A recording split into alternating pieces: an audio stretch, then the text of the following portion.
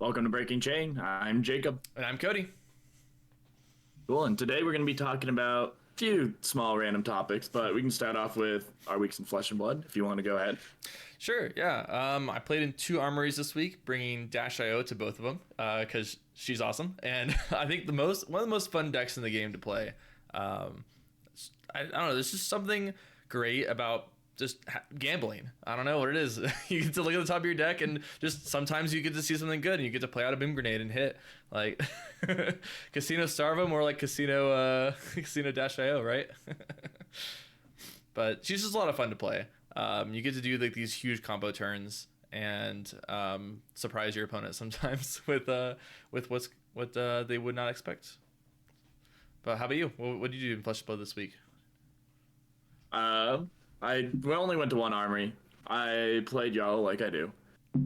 And it was a lot of fun. It felt like my third eye opened up for a little bit because like going into matches, my first match I was playing against Ira, and we were going through it, and all of a sudden we were getting to the end of the game, and I'm like, I haven't seen these 3 cards, and I have like 7 cards left in my deck.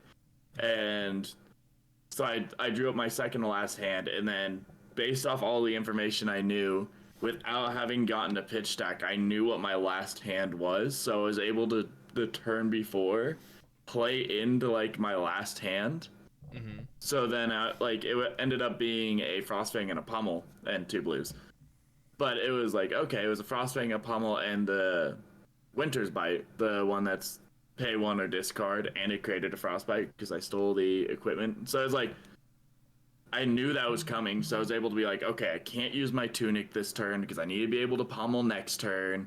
I need to be able to steal a little bit more momentum. Like, the damage doesn't matter as much as the momentum I can steal this hand, so I can set up into a stronger hand and not have to block the next hand. So it was like really cool because like that's how I felt all armory long. It was just like, okay, I'm thinking so far ahead. Like, oh, I'm hitting my pitch stack. I think in my second game I played a Riptide, which in the end they ended up taking it. But it was cool in the fact that it was definitely down to a pitch stack battle. Mm-hmm. And because that was on top of CYB Riptide, right? Yeah, it was. And I don't run CYB in my Jarl list, so it makes it like I have to make sure I'm constantly presenting damage to make sure that when they like have to take a turn off or do something with CYB, I like try and make their hands really awkward to make sure that they don't just gain a huge life advantage over me. But it's like going into late game, I'd pitch stacked and like set up my deck to a state where I felt pretty good about it, but like when we went over at the end of the game, they definitely pitch stacked better. And because it went to time and just gave it to them because I did think they played better, but it was something where I still felt like I was pretty proud of my play, and I'm like, my pitch stack was off by 1 card of being able to fuse an Oakenold, arsenaling So Tomorrow, to then put So Tomorrow on the bottom of my deck with the double fuse, or I think it was double fuse, or like 2, like a Earth and Ice card the turn after. Mm-hmm. So I was like, what weapon do you bring into Riptide? Sledge of Anvilheim. So it's the 4 cost 6. Mm-hmm. Not my favorite Guardian weapon, but it is. I'm starting to like it more. I remember when I was like on Bravo for like 2-3 years, I'm like, what is the point of this weapon? Like, you just have Anathos. But now that you don't have the like option of running, like, Jarl runs a lot of like 0, 1, and 2 cost cards, like oddly enough for a Guardian. So doing the Sledge of or like the Anathos, even if you run Tectonic Plating, doesn't benefit Anathos much because you're not going to be throwing it for 6 because you need 2 cards cost 3 or greater. Mm-hmm. So I'm starting to enjoy it more. And that's why Hamilton was on that, was it Rotwood Reaper, the Earth Hammer, right, in his list, because there were a lot of, I think there might have been more Earth cards than there were 3 cost plus cards. So it actually made more sense to run that over the Titan's Fist, right?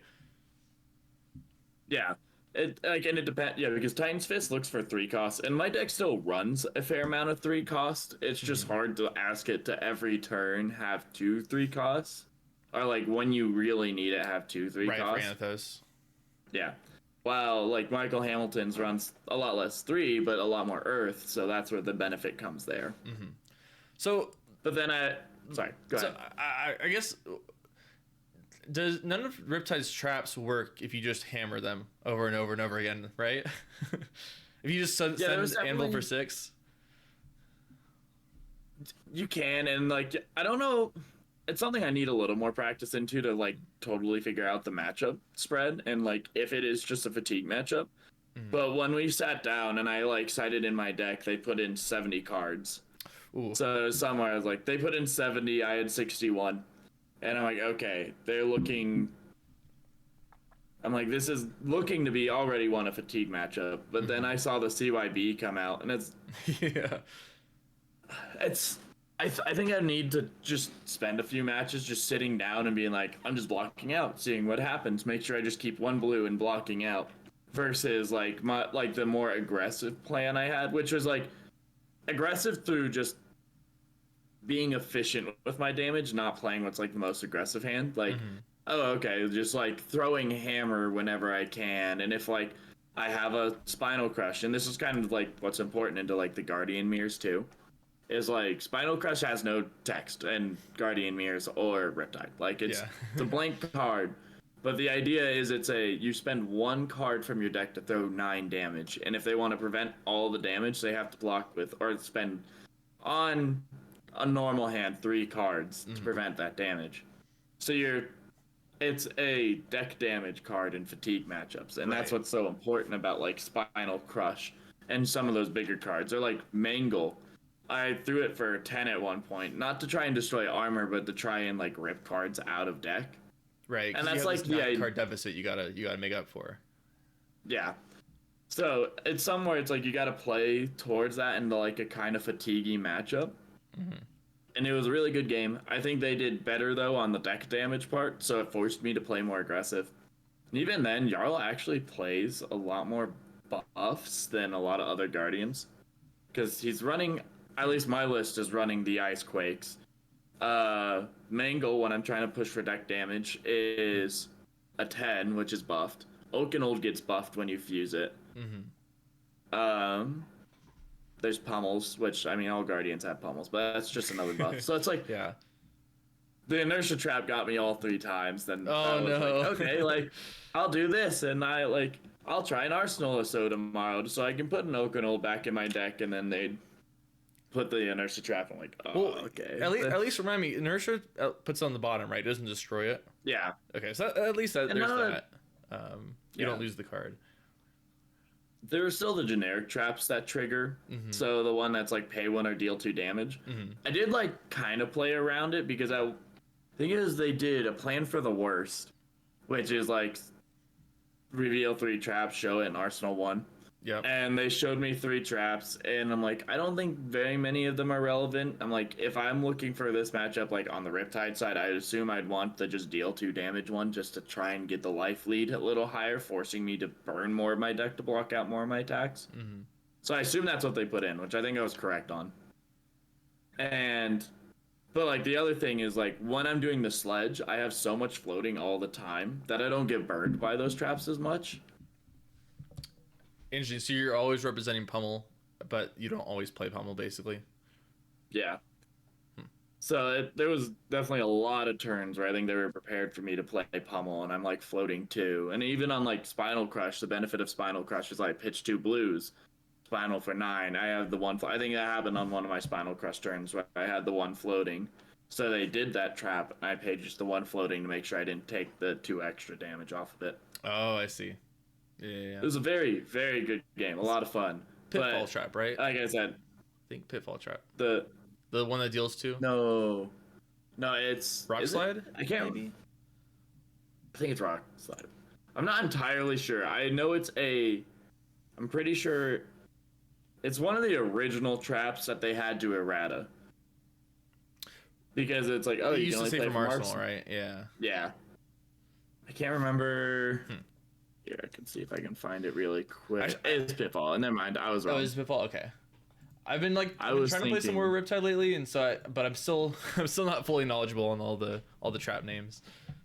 But Yeah, the names get me. Like, you could give me like the beginning of the traps, and I'll be like, oh, it's this trap that like it does this effect. But yeah. I'm terrible with names sometimes. That used to be me with like card arts in any kind of TCG for a while. Was that I would like I don't know if anybody else does this, but I would almost like if you're like not focused on the image, but you like have an idea in your mind of what the image is on the card.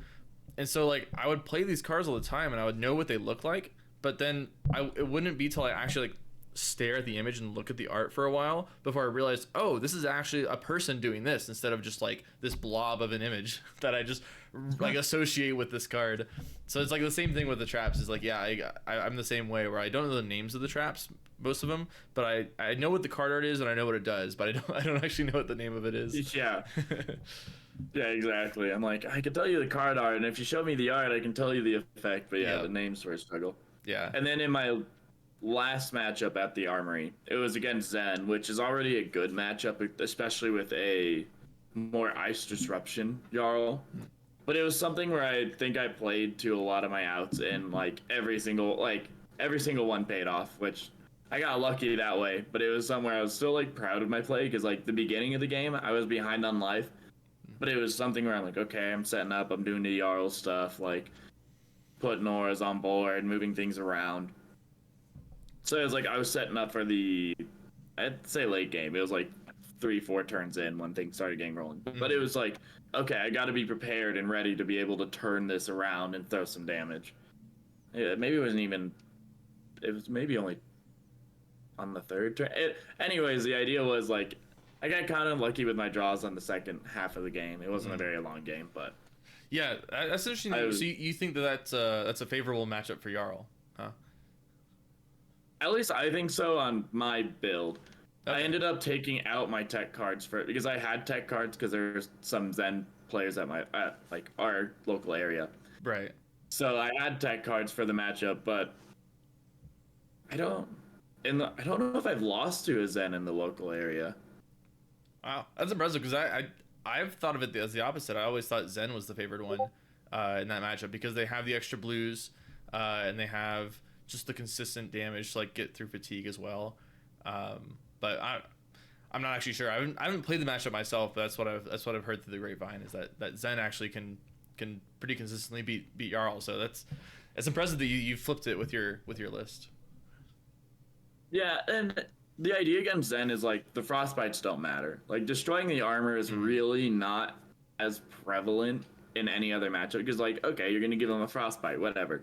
What are they gonna do? Like, oh no, all their blues. Yeah, I know. So like the frostbites don't matter. And like CYB is actually terrible in the Zen. Like if you have a CYB Jarl, I think Zen's super favored into you. And I know that's pretty popular with Jarls. Yeah. It's CYB. So that could be what you're hearing from the grapevine.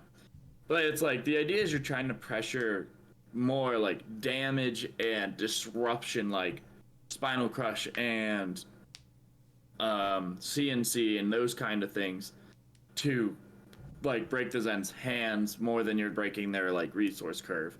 So the resource curve is almost better than yours as Jarl. Like you're gonna have an easier time pitching as Zen than you are gonna be Jarl. So it's like the idea is like the ice quakes are really valuable in that matchup because it's not just a like on hit frostbite, but it's you make a CNC 9, you make a Spinal Crush a 12, you make like you can use a tunic counter on like you wouldn't do this as much unless it really mattered, but like you can make Oakenold a 12 with an on-hit frostbite if you use your tunic counter. Like there's like ways to Oakenold. Yeah, and there's so many things where you're like trying to just do more disruption to their hand to keep them off of like popping off and really getting at you. So that's the kind of way to approach it. You're kind of doing what like New does to Zen, at least in the old meta, where it's like you're trying to disrupt their hand, you're trying to just like mess with the way they play the game more than you're like messing with the resource curve. How well do you feel like you like get the Zens with your Stalagmite? Do you think it like significantly affects their turns most of the time when you block with it, or is it sometimes, are they mostly playing around it in your experience? They try and bait it early so they can get a strong power turn later in the game, but I think it is like it's still powerful because it's like the chase the tail lines. You just wait until they chase the tail, and then when they play chase the tail, usually they only have the crouching tiger left, nothing floating. At least I've run into this a few times where it's like they have the chase the tail, nothing floating, a crouching and banish, and I'm like, even if I don't want to block the full chase the tail, I could block with the stalagmite, and then it prevents the crouching tiger from coming in. So I'm like, that was just a block 5 at minimum. And I still can do it one more time when they throw another trace of tail. So it's like, throughout the game, I'll in theory block 10 off of the shield. Which is a pretty good shield. It is a pretty good shield. And like, even if like they bait it out early, that's still like 10 life I've saved for a big blow up turn. So it's like, I still think it's very valuable and very good. It's just, I don't think it's as... like, as weird as it is, like, yeah, that's 10 whole damage. I don't think it's as impactful as it sounds. Like, interesting. I've heard that before, that Stalagmite used to be one of the best cards in the game, and is arguably still one of the best cards in the game because of just what you said, right? Like, you can stop potentially like 10 even plus damage with just your offhand equipment that you're already happy to run in the first place. But yeah, it is slightly less effective against Zen, right? Because there's a lot of times that they can play around it, right? They can, when they do the Zen search, they can grab a Tiger Swipe instead of a Chase the Tail, right? And make sure they have the floating resource. And then maybe they have like a one for like Mauling Key in Arsenal that they get to play at the very end if you choose not to Frostbite, or just keep an Arsenal if you do Frostbite. Block the Stalagmite, stuff like that. So it's definitely like Zen can make it tougher for you to find the right opportunities for it, but they are still there, as you definitely found out. There's still plenty of good opportunities to get your full 10 value or whatever out of your Stalagmite. Right, and like the benefit of Stalagmite is like the ceiling of Stalagmite is it's 2 Scowling Fleshbags, which is huge. Scowling Fleshbag is a busted card. Insane. Yeah. The floor of it is, you block at the wrong point. They had the extra resource, like, oh, I block with this and this, and like, like on, like an example, like maybe you're playing against Dory, and you're like, well, most of her reactions are like 1 cost for +3, and I really can't take this hit because they're gonna keep their sword counters, and I'm falling really behind, far behind. So I'm going to block with a 3 block in my shield to block 5, and then they have like they have 1 resource floating. You're like, okay, I've stopped the reactions, and then they do like an Iron Song response over. Like there's other ways to control it, but like Iron Song response, I play that to play this, and now it's 6, and I keep my counters or whatever. What you just don't need it, you just don't want it to hit. So you can still make that mistake, and it's just a 2 block, which still really good, but still blocks 3 at the floor, right? Which is pretty good. Yeah, the idea is whenever you run it, you want to take the advantage, or you want to gain the advantage from blocking it. Yeah. Ideally, you're getting the more than 3 value. So, do you want to dive into the RTN results for this past week 2? Yeah. Let's see here. So, not a ton changed, right? From what I can tell. I probably should have pulled up the week 1 results to actually do a comparison. But we still have in first Viserai with 24 wins. In second, we have Syndra with 21 wins. Then third, New with 18. Then Aurora with 16. And then we have a ton of heroes here. I'm just going to list off a handful of the heroes that are pretty close in wins. It's Arachne Marionette, then Prism, Enigma, Dash.io, Zen, Vincent is up there. How many wins did Vincent get? Let's see. 4. She had 4 wins. That's crazy. Then Ira, Phi, Verdance, Keho, Kasai, Zen, and Victor. I think this has to be the most heroes on one of these pie charts that I've seen in a while. That is a very diverse those are all pie. heroes with multiple wins, not just these are all 1. heroes with 2+ wins, and they went in that order that I from high to low in the order that I read them out. So let me see if I can pull up the last week and see if there's any big changes. So metagame minute week 1. Here we go. I think that the first few heroes are in the same spot, right? Because yeah, we have Viserai. Oh no, Syndra went up. That's the big difference. Mm-hmm. So the week 1, Syndra was 4th in wins and is now 2nd in wins. But otherwise, it's mostly the same. Florian went down. I don't even see Florian. He got 1 win this week. 1 win this week. Well, last week he got 3. 3 with wins. less events. Interesting. So his meta share is a lot less. It is actually interesting too, because for the RTN that we had this past weekend in the Colorado Springs, there were, I believe, 5 Florians in Swiss, and I don't know. I think 0 made top 8. No. I think 0 of those, none of the 5 Florians made top 8. I'm not sure exactly why. I mean, I guess he's not maybe doing as well into the other heroes as people thought, initially thought. But yeah, he's definitely a popular hero that has definitely got a few less wins this week than last week. One thing I'm surprised in is Azalea only got 1 win this week. Yeah, that's opposed to 3 last week. Yeah, it's interesting because that kind of goes along with my experience with Azalea. I played her prior to RTNs, just at an armory, and it just kind of feels like she's not quite doing as much as she used to. Like, you just don't have as many impactful on hits. Your Red Ledger, it's still a very good card, but there's just so many heroes that just have these like 1-for-5s and 1-for-7s that just kind of get around the restriction of Red Ledger a little bit better. So your power card has kind of lost a little bit of its shine, and you can still have these you can just lose games just by drawing terrible hands with Azalea. And that hasn't changed at all, but I just think that the combination of maybe the meta not being as impacted by her arrows is really showing. that can definitely be fair. But yeah, Syndra going up to number 2 is interesting. Do you think that it's because people are learning to play her better, or do you think it's maybe because people are finally getting the cards to play her and actually can play her in RTNs? What do you think might lead to Syndra jumping from, what was it, week 1? It was 11 wins. 11 wins to 21 wins, almost doubling in RTN wins from week 1 to week 2. Well, one thing to be said is that I think there's more RTNs in week 2. Oh, are there? Because from what it looks like the top 4 heroes have 14, 14, 13, 11, and the second one, and there's more wins in general, but in the second week we have 24, 21, 18, 16. Like, even 4th place, which is Aurora, got more wins than the first place of last week. Oh, you're right. And we have more heroes in multiple win category. Yeah, I guess there were just a ton of more RTNs this past weekend. I mean, she still took a larger part of the pie, but yeah.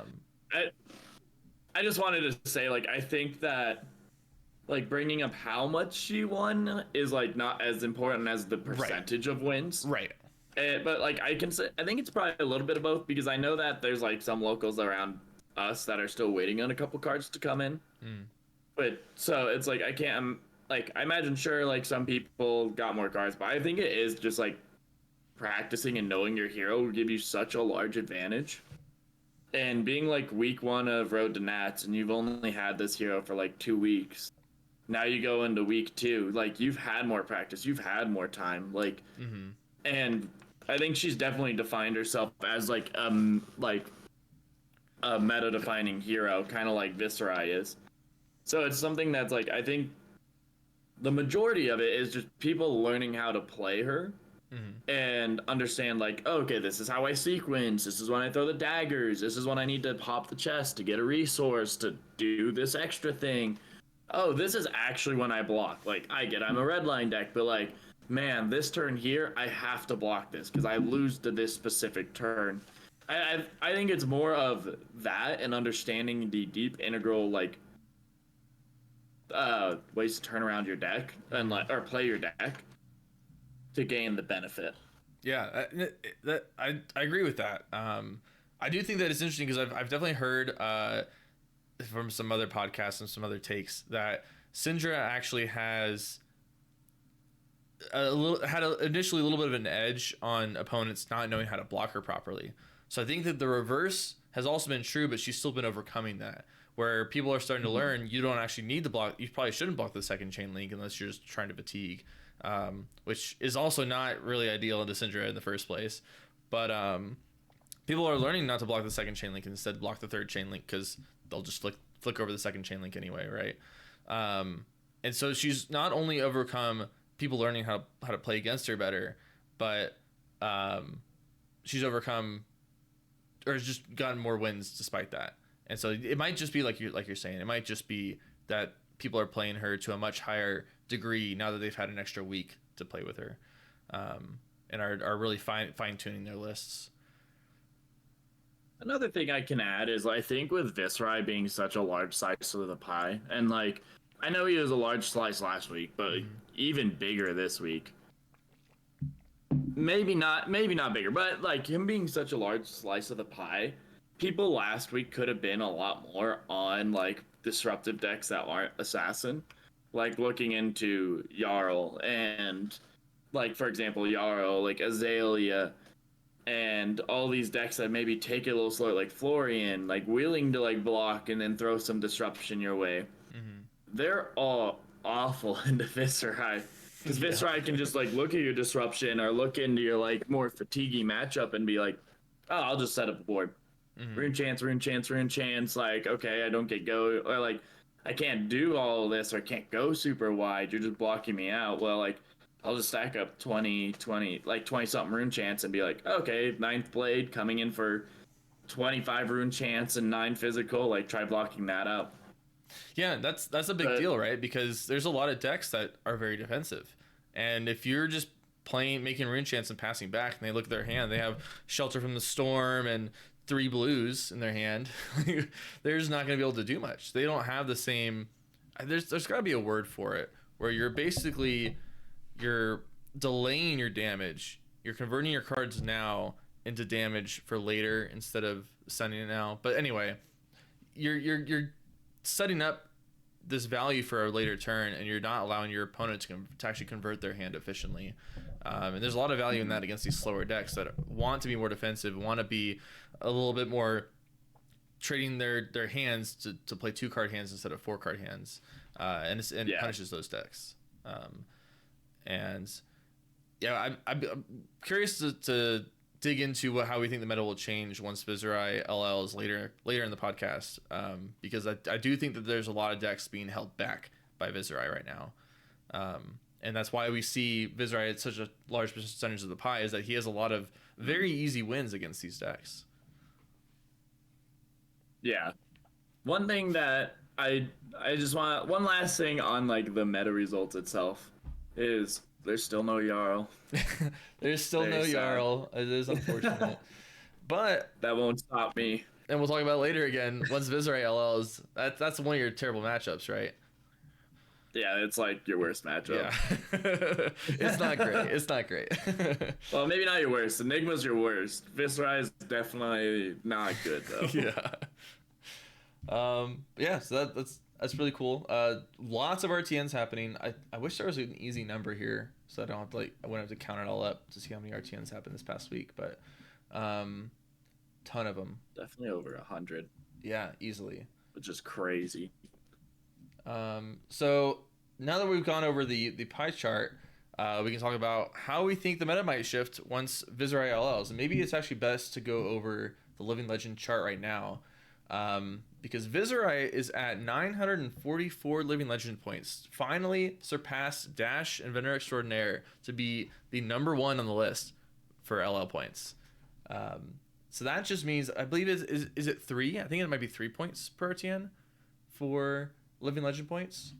Actually, it probably says right here. Yeah, we could calculate if we get the 2 wins for each week, or the amount of wins. So he's got 14 and was it 24? Yeah, 14, 24. That's 38. 38 divided by 140.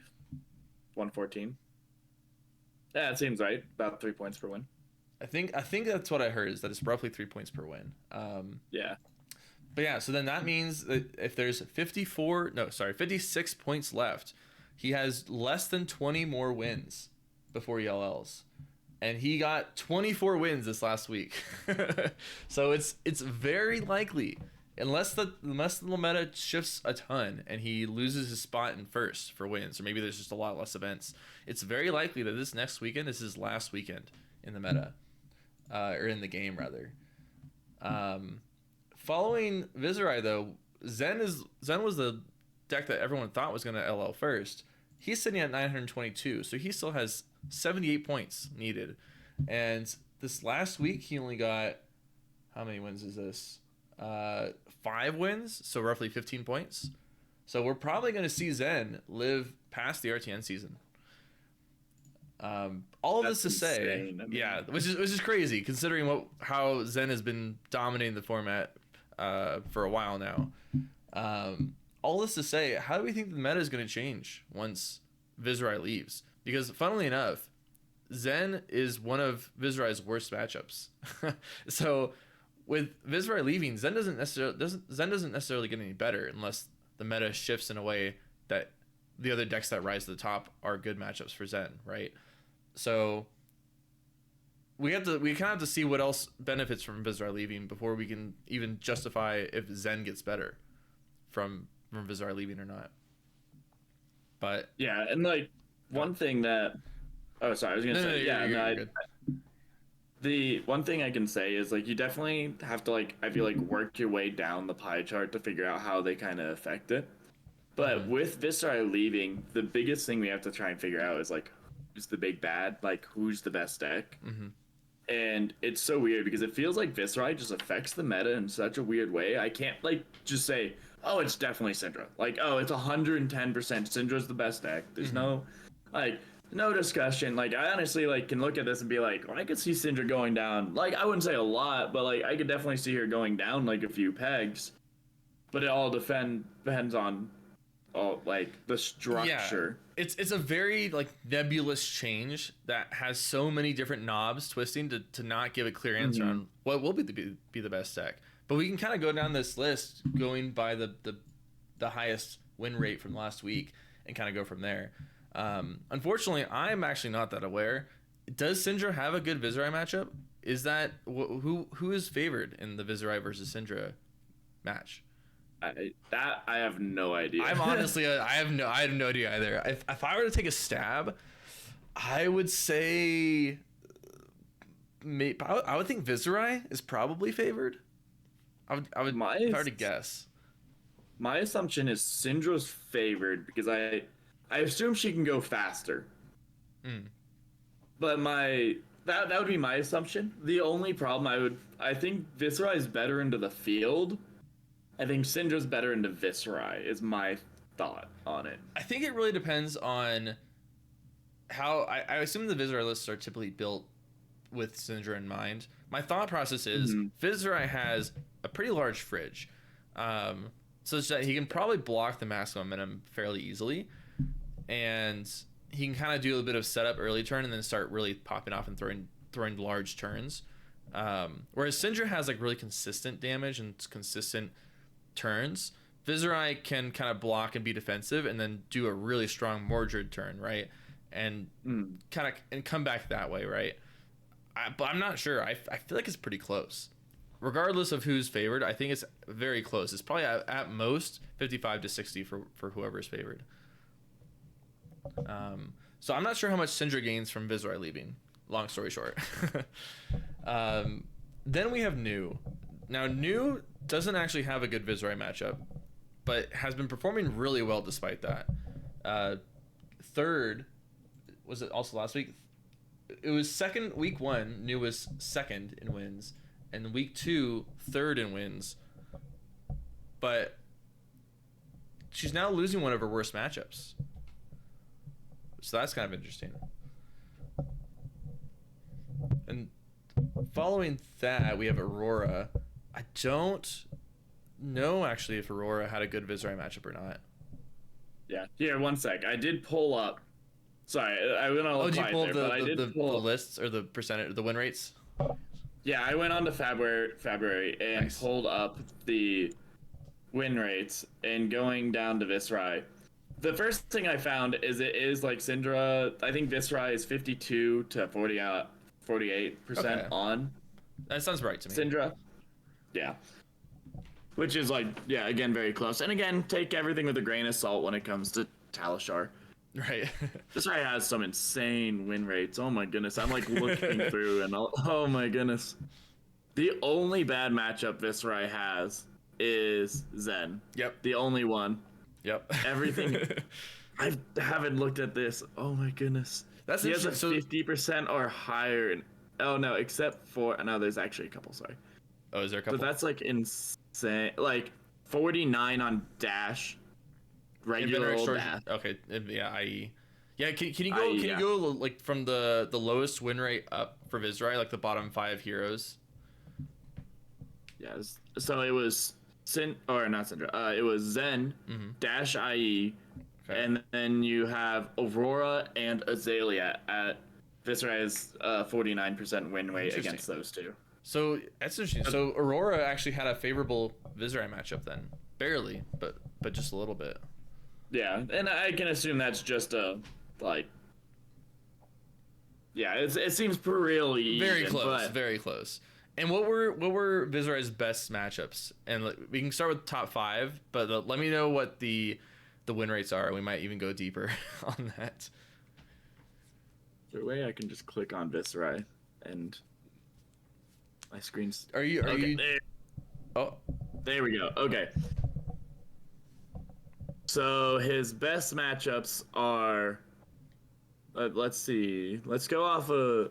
We could go. So his best matchup is Max, Riptide, Olympia, Teklovasin, yeah, that makes sense. and Arachne. So none of them really played, but like we can look at other like meta-defining heroes. Like let's go to New. Are you New able is to find only a this 54. just in February, or how do you? Yeah, is if you it go- stats. Yeah, Meta stats results? and then meta results. Here we go.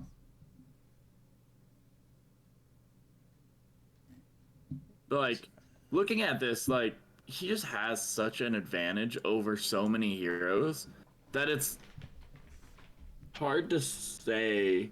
And this is where I think like Syndra gets a lot of points and why she's so good is because the matchup on Syndra is so even. It's one of the few decks where you have like an even matchup. So him leaving, he just puts down so many decks. Like the decks that he just totally walks over, like we were talking about. Like even Jarl, he's 69% into. Nice. But anyways, but he's 69% into Jarl, which is an insane number in this game. 70 into So Fang, 74% into Florian. It's like all these slow and fatiguey decks, he's just really insanely good into. Yeah. So that's why I'm like, Syndra gains from Viserai being here because she has such a like neutral field.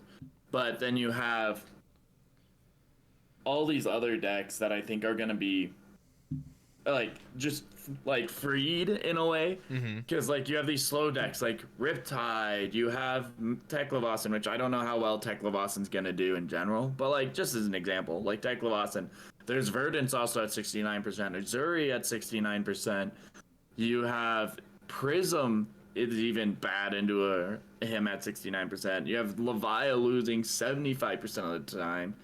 Like all these decks that aren't just those like very few decks just lose a majority of the time.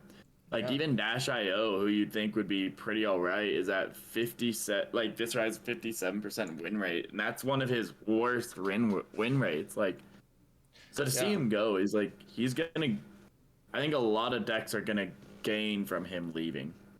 Yeah, I agree. I think there are some pretty notable ones in here, right? For example, Enigma. Enigma gets a pretty big bump, right, from Viserai leaving. It's one of her. Actually, let's look at Enigma here. What is Enigma's worst matchups? Syndra is one of them, 33%.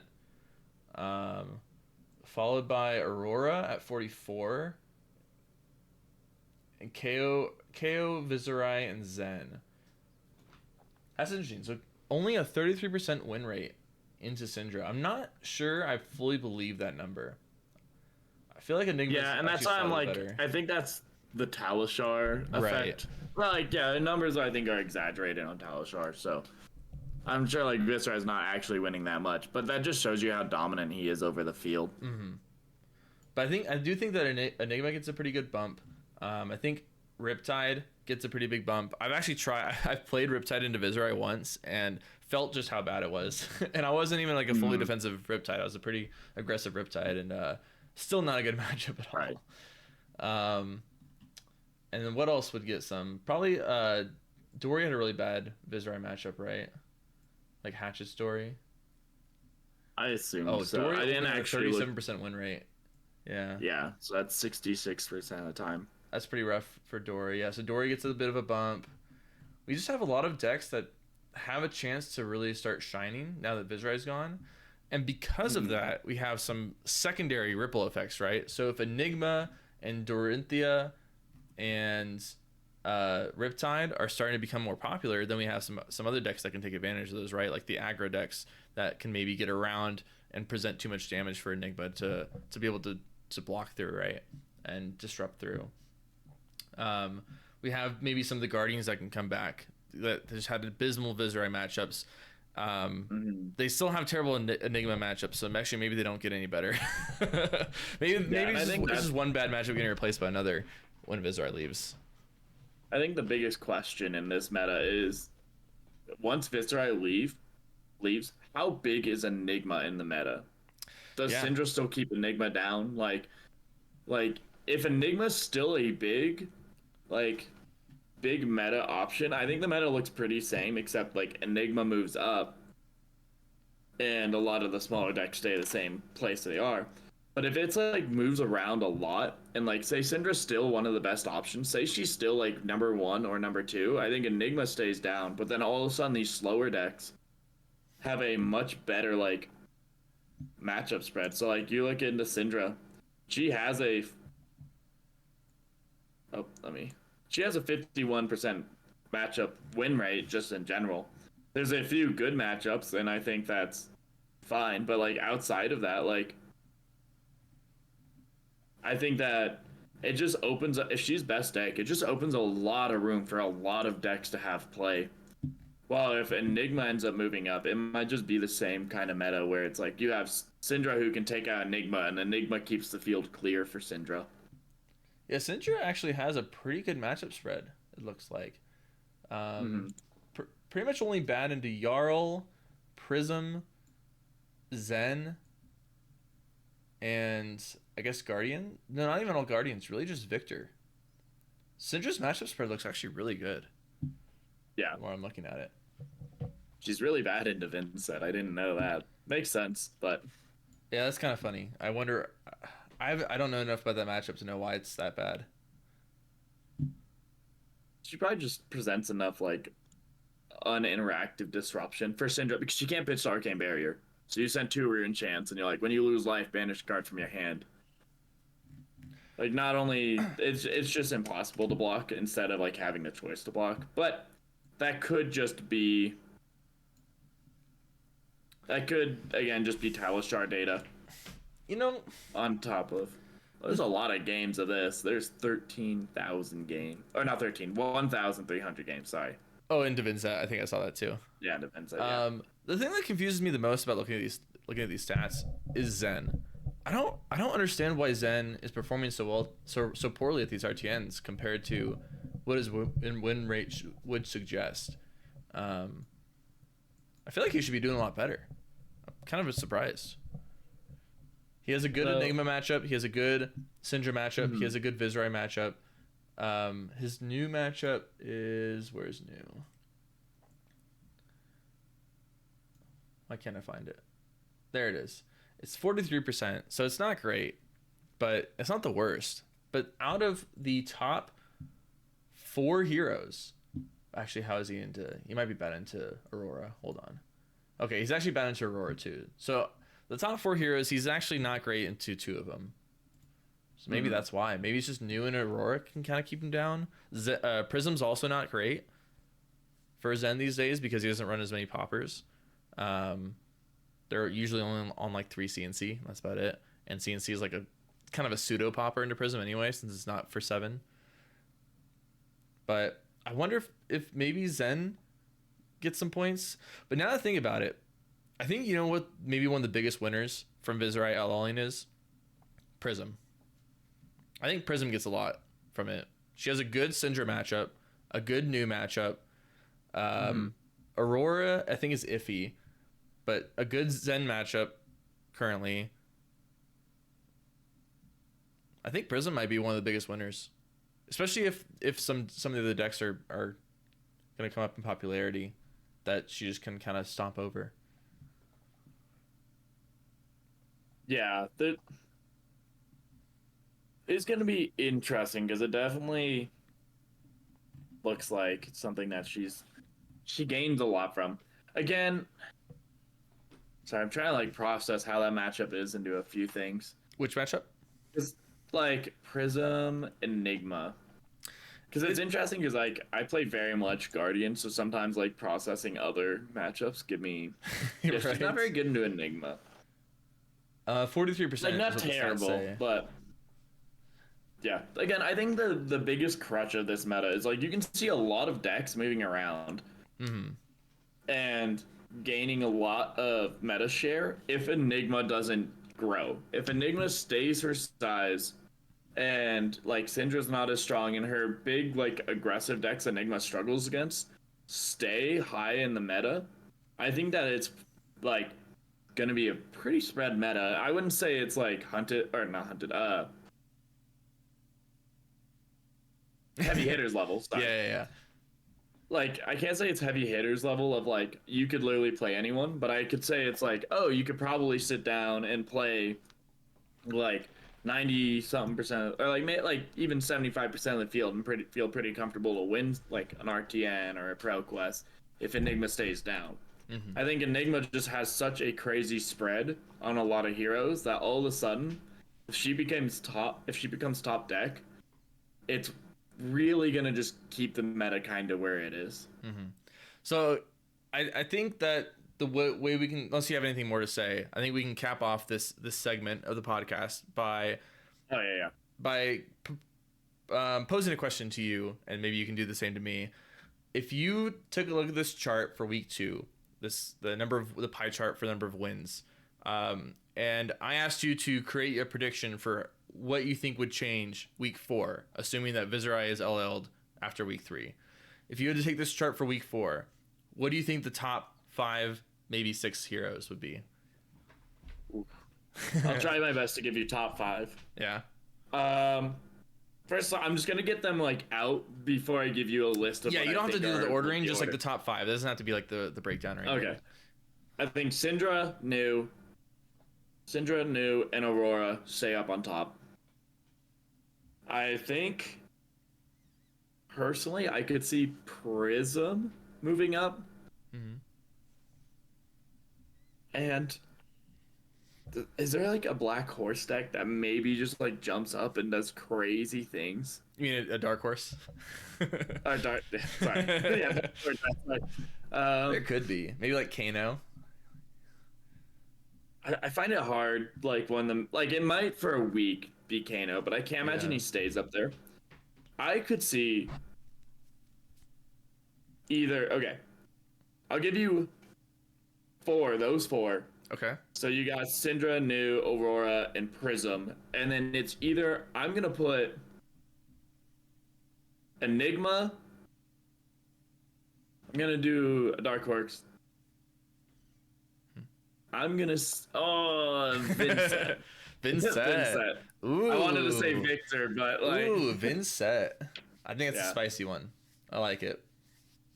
All right. I think for mine, I think most of it is fairly predictable. I think Syndra is probably going to be number 1, followed by New.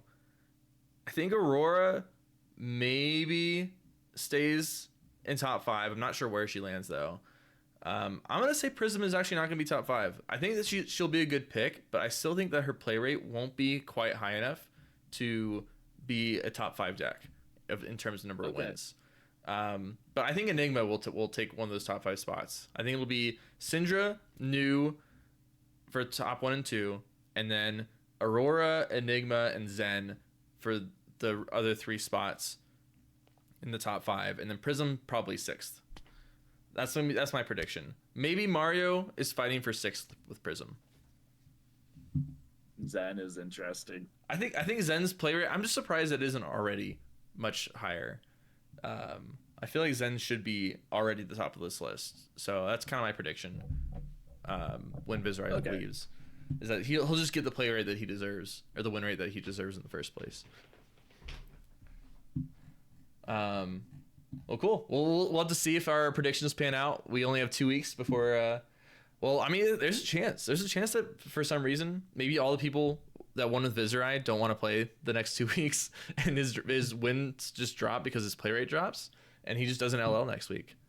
We'll I think the problem with that is a lot of people are going to be a lot of people have the feeling that Viserai is going to LL this week, which I think pushes a lot of people, because a lot of people love Viserai, and even me, when I have a terrible win rate into Viserai, I have good feelings.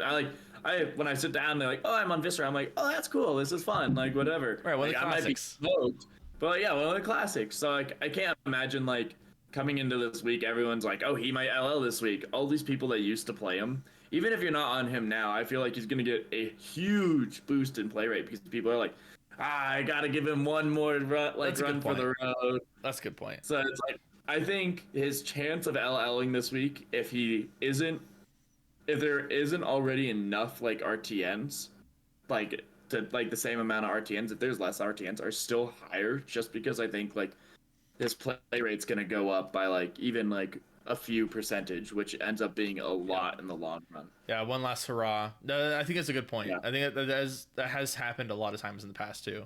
So I think you're right. I think his portion of the pie chart will just be even larger next week because of that. But cool. So speaking of RTNs, are you playing any RTNs this weekend? Yeah, I'm gonna be trying to play in 2. I haven't signed up yet. I was going to call them today, but hopefully I'll call them after we're done here. But I want to play in 2. Again, I'm going with Jarl. Obviously not a great meta pick, but it's something where, again, I just have way too much fun on him. It is, I was talking about Army, I opened my third eye at a point during the Army. He's just so much fun. It's it's hard for, in a game where I sit down to have fun, it's hard for me sometimes. I love winning. I'll tell you, who doesn't? Yeah. It's I sit down in chess, and I played chess a lot when I was a kid, and I love winning at that. In my own when my family have board game nights, they don't like playing against me because I win too much. But I love winning, but it's something where sitting down in Flesh and Blood, you are so much of the hero that it breaks my mental trend of being okay, what's the best? And I'm sure if I went super competitive, I could do it, but I consider myself a casual competitive. I try and play competitively on a semi-casual level. I've never been in a nationals personally, so it's something where it's I'm gonna sit down and play the deck I love, and I'm going to try my best to win the event. Yeah, that's awesome. Yeah, and you're playing in 2, and do you think that you're going to make any changes to your list from the last time? I've already made 10 different card changes. Do you have any spice you want to reveal before for all the locals, so that they know what to expect when they face against you? Or you want to keep it secret? I did some average changes. I put in some Terra Senders. I know that Zephin, I was talking to him. We were talking about taking out some cards and putting in Terra Sunder in my list, and so I took that. That is one of the changes I'm not 100% on. I haven't seen the payoff for it yet, but I also haven't seen the downside. So it's kind of a neutral card. It's still blue block 3. I replaced it with the Winter's Grasp, the 2 for 3 block, and it's 4 attack. Oh yeah, It's just an ice card. Yeah, it's so I replaced it with that. We'll see the benefit. I changed out a few other blues, and what I'm I put in hearing, more Seeds of Tomorrow. what I'm hearing is that you're on CYB and everyone should bring Poison the Well in against you, right? Yeah, exactly. All the CYBs bring 3 Poison the Wells. No, sorry. What was the last one you said? I didn't mean to interrupt your last one. You are all good. No, I put in more Sotomorrow because I had 1 Sotomorrow. I was super impressed with how that performed. And remind me, the last RTN. Is that the one where you bottom your Seeds arsenal? of Tomorrow. Or which one? Yeah, I put in Sotomorrow, which is you. I forget my Earth cards. I did put in. Sotomorrow is put target Earth or Elemental action card with cost 2 or greater from your graveyard on the bottom of your deck. Banish Sotomorrow. If Sotomorrow is played from Arsenal, draw a card. Okay, that one. I put in those, and it's actually like a sideboard card for me. Like, I know a lot of people that have it are main decking it, but I have it in sideboard for fatigue matchups. Seeds of Tomorrow also. That's the one I meant to say I'm super impressed with. Yeah. Like, I did it in the first RTN and I had one, and there was a lot of games where like I was losing. Like, I was just getting smoked. I was not playing like I think the Florian, I said, like, I didn't play the best in the beginning of the matchup, but like I ended up like getting it back and pitch stacking real well, and Seeds of Tomorrow got me back into that game and got me from 13-1 to 5-1. And that was the card that saved me and bought me that game back. So super impressed. I put some more in my deck, and I've been super happy with that. And that's it's not that you need the help in the Syndra, but that's really good in the Syndra, right? Yeah, it's also it's also really good in the Syndra because it helps prevent like the dagger throws and all those extra effects. I did play a Syndra the other day where they had, I forget what they definitely had a turn where they like tried to like dagger, like I'm losing it all now, but they tried to dagger me and gain a lot of extra effects off of it. I think they were running the one blue card where it's like throw your dagger, draw a card off of it. Oh, yeah, throw dagger. Yeah. Yeah, throw dagger. So they were trying to get a resource and draw a card off of their chest piece. And I had the Sotomorrow, and I blocked that and their next card that had like an on hit. So I was like, damage prevention, pretty good. Pretty good against Syndra, it turns out. Actually removed a Blizzard from my list because, like, as good as Blizzard is, it is just like a sideboard card. Right. So it's hard to commit so much to the sideboard card that's only in like very few decks against like a few decks. But it's like, I say like the biggest tweak is a lot of my blue base has changed. Like going around, like, okay, like taking this out, putting Terror Sunders, put in the Sotomorrow, change out the like Seeds of Tomorrows. Like, it's a lot of my blue base. So like the like foundation of my deck, like I thought it was so solid going into the RTN. I'm like, oh, I need to fix the peaks of my deck, like the attacks, or maybe even like the defensive way it can operate with Sink Belows and Shelters from the Storms, or even Ice Quakes. Like, I thought, like, okay, like maybe that's what needs to change with this deck when I was going into the RTN. But when I went to the RTN, I was like, okay, so much of, like 2 weeks ago, I was like, so much of my deck feels good. It's like on the top when I'm doing my power plays, it feels good. But I'm like, what I'm really struggling with is like when I draw my hand of like all blues, like, okay, what am I doing? Like, sure, I can do this, I can gain this benefit, but like I'm not gaining any momentum. I'm losing all my momentum. Or like sometimes like they throw something crazy at me, and like so much of my blue base is 2 blocks. Like, I need to be able to like have the Seeds of Tomorrow to have like better options. So it's like, it's interesting. And even through all of this, like I think before the last RTN, I was at 75% of the deck I wanted.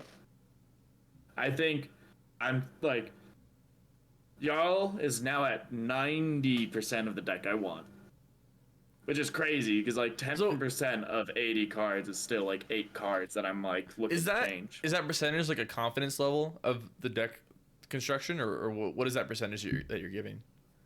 I think it is like a confidence level in my deck construction, but also something where like 90% of the time, I have a clear goal and answer to every hand. Like, okay, they present this, my hand does this in all these scenarios. I feel happy with this hand. And there's like 10% of hands where I personally sit down and I'm like, oh man, like you're gonna have dud hands, but like some of them I'm like, the hand feels like it should do something. Like it feels like there is something that should happen, but I look at it and I go to play it and I'd like have a 4-card hand because I ripped their hand from Oakenhole, Pommel, whatever. I'm like, man, like I have like a winter, like before it's like I have a Winter's Buy, I have this second Winter's Buy. There's like a lot of cards that aren't doing enough for you, yeah. Yeah, and it's like or like 2 Winter's Buy and a Winter's Grasp and like Imposing Visage. I'm like, well, I can search out an aura at least with Imposing Visage, but I'm like, there's just a lot of hands where like the base of the deck and the foundation like felt very solid in one game plan and not very flexible. So remind me, did the Terra Centers come in or out? They came in. Came in, okay. Yeah, I was gonna say, 'cause that makes a lot of sense, because if you draw some of those hands, then you can still throw your hammer for, is it, what hammer do you usually run? Is it usually Titan's Fist, or is it? It depends on the matchup. If you're going into a slower fatigue or momentum matchup, like if you're trying to I think against like Ira's a like good example, or like I think she's like a good example of like where things are weird. They're like, oh, you're going into an aggro matchup, you want Titan's Fist so you can have the shield to kind of slow things down. If you're going into like a more fatiguey matchup or a tempo matchup, like Guardian, Sledge. you look in like Zen, you go into a lot of ninjas, like you want the shield and Titan's Fist. But then like you look at Ira, and I think that's where like sometimes it's like she's more of a tempo build because she gets the +1, she's a lot slower, she's willing to like dagger. She's a lot different now, isn't she? She used to be like that 12D react like value deck, but isn't she now like an aggro deck? So that is one deck that's changed a lot. But it's a weird spot because even when she's aggro, she can still just Kodachi lock you in the end. And that's where it's like, that's where I'm like struggling with like one of those decks. It's like, what hammer do I go with? Because it's like Titan's Fist, or like, because if they go like tempo, because they can slow down and do some of those tempo plays, they can do this like I go Sledge. But it's like sometimes like the shield is so beneficial, but the dagger like that's where it's like I think Sledge is the correct in that matchup, but it's still something I'm trying to figure out. Yeah, that's a weird one too, because it really just depends on their list, right? And how defensive they want to be. Yeah, nice. How have you been liking what have you been liking the quick dodge flexors in the URL list? I love them so much. Your new Guardian boots. They don't give my opponent a quicken token. I don't have a downside to my boots. They're interesting because they're definitely not as good as everyone thought they were. Like at least personally, that's how I came out. Like I don't like when the Doom and Gloom came out when they were first presented. Like there was two sides. It was like, oh my god, like they're also not as good as I thought they were. Like, oh my god, like these are the boots. This is what I've been looking for. And it's also not the side of like, oh, it's all over. Like, how are you supposed to do aggro? Because it's one turn of the game, you get a block out, which like, yes, it's or like not block out, but block 6 with one card. It's a like 1 card 6. Turns your boots into 3 block. Yeah. Typically. Still really good. Yeah. But it is still the idea of you're not going to get that in a lot of matchups. You still like having it is still a deck slot. And if you run into a Florian, a Jarl, like you run into these slower decks, like all of a sudden it's a 1 card 2 block and you don't have an equipment piece there. And that's where it's like it's downside, or like sometimes you like Tunic's really good with them because like I can use my Tunic counter to block too. But then at that point they're just the common boots from Monarch. See? Yeah, exactly. That actually reminds me, because I played against that same Riptide that you played against at the Armory after the fact, and they were on quick dodge flexors because it was CYB Riptide, and I was on Dash.io, and I had a turn. It was one of the last turns of the game where I had a boom grenade out, and they activated them on my first. It was like a zipper hit, and they did a 3 block plus boots, pitching a 2 block blue, and I was like, oh, that kind of sucks. Now they have quick dodge flexors for the rest of the turn. And then I looked at like how my turn was structured, and I was like, oh, I don't care. I threw an attack for 4 go again. They had to overblock it by 1 with the boots. And then I threw max V. And then it just didn't matter. The boots blocked too. They were perch grapplers effectively. Because they pitched a blue 2 block, and then the boots only blocked basically an extra 2 over that. So I think that they are good, and they have like very good applications, but yeah, like you said, I think they were like a little bit not hyped, what's the word I'm looking for? Feared, I guess. Yeah, I think overfeared is the right way to put it. Because like they're good, but they're not that good. Yeah, and like the way I look at it is the floor is its +2 value in your deck, which if that's block 2 damage, it's just 2 value in your deck, which like most boots give you more. like even Snapdragon Scalers in an aggressive deck, you can pop that into Snatch. That's +4 value, maybe even +7 if they draw and get a card they like. And like sometimes like the Civic Steps, they would block effectively the same amount, but and the Quicken Token often didn't matter if you timed it right. Now obviously there's different applications, like it being a defense react is a big deal, and it hopefully helping with breakpoints on some chains, like stop a boom grenade hit or a Syndra mass momentum hit or something, can matter a lot too. But yeah, it is interesting because it was one of those cards when it was revealed, everyone was freaking out, and it turns out like it's good, but it's good. Yeah, I still think it's like pretty close to staple boots, but it is something where it's like it's not like an insane jump. It's like 1 extra value effectively, or 2 extra value on the boots, which like in this game at this point it's not that big of a deal. Right. And like when I was saying the floor is +2 value to your deck, it's like the ceiling is like +3 because you pitch +4 because you pitch on hits, I guess. Considering on hits, yeah. But yeah, I guess on hits, if you can get multiple on hits in a row, I got Dash.io, I could see it being good if she doesn't have the like block, and it's like, oh well, it blocks the 4 damage on the boom grenade, and then it blocked you from getting an item, which is another boom grenade. Like ceiling, I guess, can get really high, but like on average, the ceiling is like +3, like you pitch a 2 block blue, then it's like, okay, that's +4 value on the big turn. And then maybe you blocked so it's like a 7 value card, which is the same as Snapdragon Scalers, just on a defensive side. The big thing too is that like it's often not even +4 when you pitch a blue 2 block, because there's a lot of times where like if you're trying to stop a boom grenade, you're having to block a 4 power attack with a 3 block and the boots.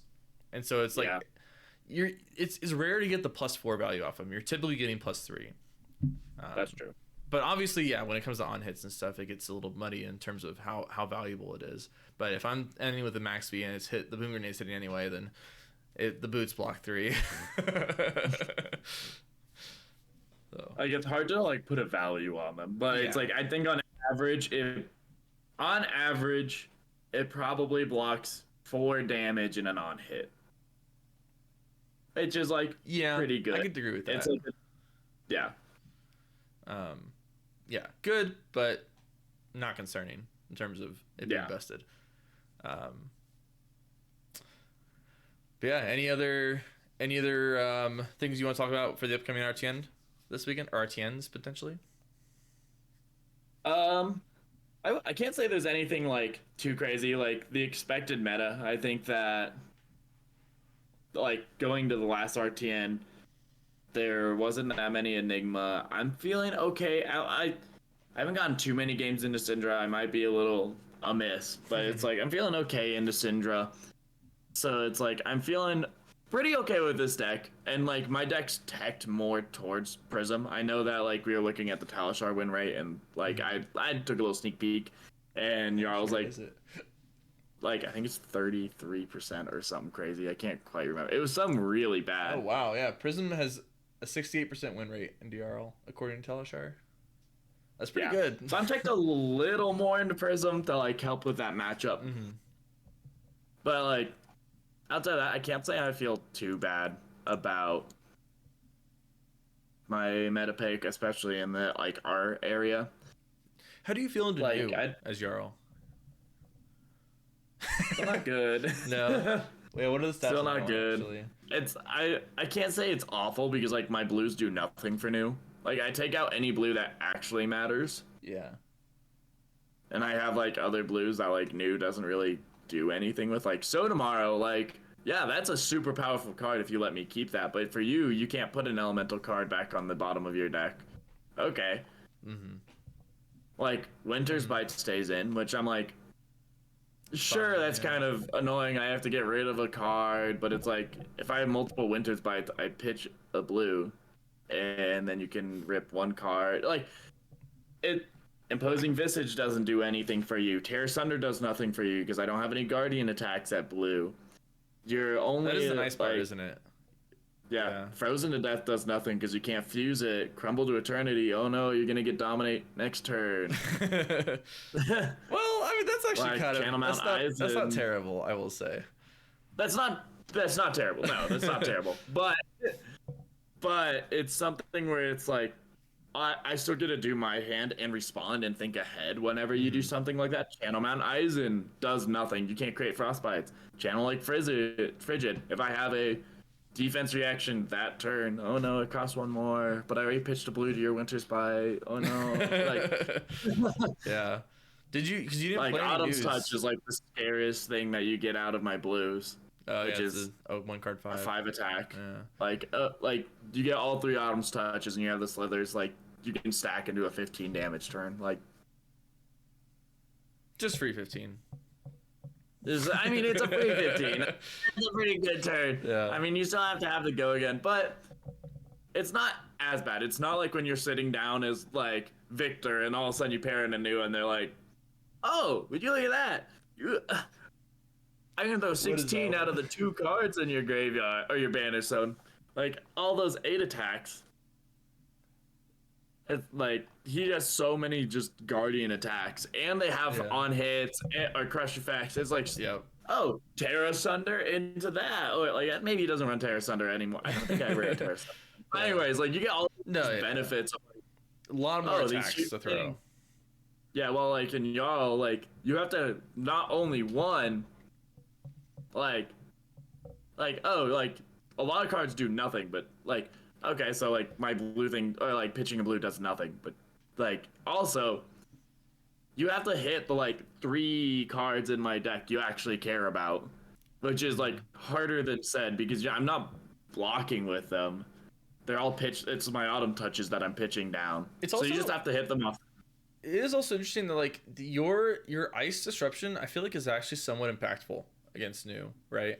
Because like sure they can just pitch their blue and instead of attacking with Mistblade first, they just pitch to pay for the Frostbites, but that's sometimes a big deal for them. Like not having the +1 go again because they have a Frostbite.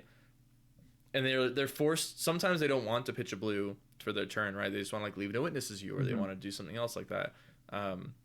So like having a Frostbite is actually kind of relevant against new, right? CLF is probably also pretty good because then they can't play as many reacts because it's going to cost them 1 for each. Like their arms, that's two resources for their arms alone to break the arms and then play the Fang Strike. So you actually have some decent disruption into new compared to the other Guardians, right? Yeah, and it's something that she can't really play. My disruption is like the difference because a lot of my disruption requires like ice, which she doesn't have. Mm-hmm. Yeah, like Winter's Bite is the one that's by itself disruption, but yeah.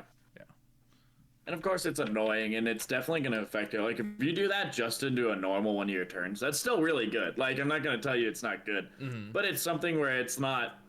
Like, I guess I'm used to being on Victor and having 9 dominate on it, discard 2 cards, go again on me. I'm like, okay. Well, this game's pretty much over. It's like, oh, I lose a card. Okay, this is fine. Like, could be worse, could be better. Yeah, so it's like, I don't think it's terrible. I don't think it's terrible is the best way to say it, but I still think you're unfavored. I just thought of something. Trottalon doesn't fit in your Jarl deck, right? No, because isn't it your next attack with 3 or less base power gains go again? It would hit Titan's Fist. but that's about it. that, that's interesting. But I don't think you have any cards you want to cut for it. So, anyway, stray thought that I had when it came to blues. That would be terrible to run to new, by the way. You don't want to run Trot along into No, new. yeah, no. Like, so you saying that like brought up something that I've always thought as interesting. Sledge of Ambelheim is action, pay for attack. Not once per turn action. Interesting. Okay. Not that you can ever throw two of them. So basically, but... if your opponent is on civic steps, and you have an all blue hand, yeah, you could throw 12 with 4 cards. I mean, you just gotta throw in the Guardian Agility cards, right? But yeah, like there's definitely been some points where I'm like, oh, this is kind of funny and interesting, but like at the same time, not relevant at all. Right. Just some. That's just a little tangent. No, yeah. Huh. Okay. How long has this episode been going so far? We are at an hour and we're about to be an hour and 16. Oh, okay. Then yeah, we can save some of our later topics for a different episode. Yeah. We'll talk about that last thing next week maybe. Okay. If you don't have anything else, we can go do a little ending thing. I do want to say one quick thing before everyone clicks off. I did a video with Anarchy Please on YouTube. He makes a ton of Dash.io content, but he strayed from that for this video, which was a top 8 draft RTN draft review, and he recorded his pack opening and all of his picks, and I believe it should be posted as of right now. By the time you hear this, it'll be posted, and I co-reviewed it is what the word I'm looking for. I reviewed it as well and gave some insight and reviewed the picks that he made and everything, and it's a really cool video. Go check it out. He did a lot of work editing it, and he has all the picks of the cards enhanced on the screen and everything. Really cool. I just want to give a quick shout out to that and a really cool project that he did. And with that, also, did you want to ask the audience anything, Jacob, when it came to audience questions for the week? What are you bringing to your local armories or RTNs?